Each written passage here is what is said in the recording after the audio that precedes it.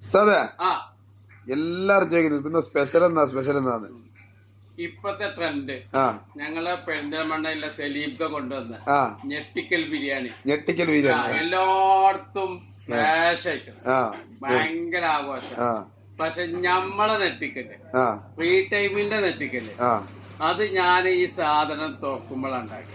1 2 free ടൈമിന്റെ ഞെട്ടിക്കല് ഞമ്മളെ first ഞമ്മള് വായിക്ക് ഞമ്മള് ഫ്രീ ടൈമിന്റെ ഫുഡ് വെക്കുമ്പോണ്ടല്ല എവിടുന്നും കിട്ടാത്തൊരു ടേസ്റ്റിന് വരാണ്ട് അപ്പോഴാണ് ഫ്രീ ടൈം ഞെട്ടിക്കുക.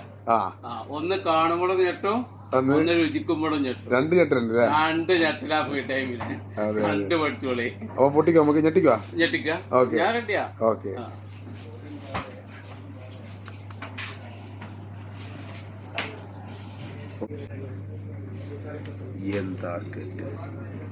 മോനെ ഞെട്ടാത്തോലും ഞെട്ടും.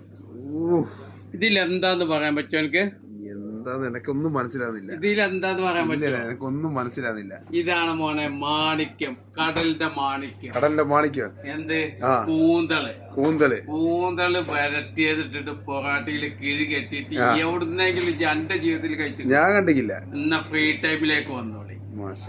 ആർക്കും ഫ്രീ ടൈമിൽ വന്നിട്ട് രുചിച്ച് നോക്കിയിട്ട് അഭിപ്രായം പറഞ്ഞിട്ട് സന്തോഷായിട്ടാണ് പോകാം. അത്രയും നല്ല കിണ്ണം കാച്ചി ഐറ്റംസ്. ഇതാണ് കൂന്തള്, നല്ല അടിപൊളി കൂന്തള്. അതും പൊറോട്ട എങ്ങനത്തെ പൊറോട്ട വെച്ചിട്ടാ? ഇടിയപ്പം പൊറോട്ട തിരിച്ചറിയില്ല, അത്രയും എതളില്ല പൊറോട്ട. അപ്പൊ എല്ലാരും വെൽക്കം ടു ഫ്രീ ടൈം.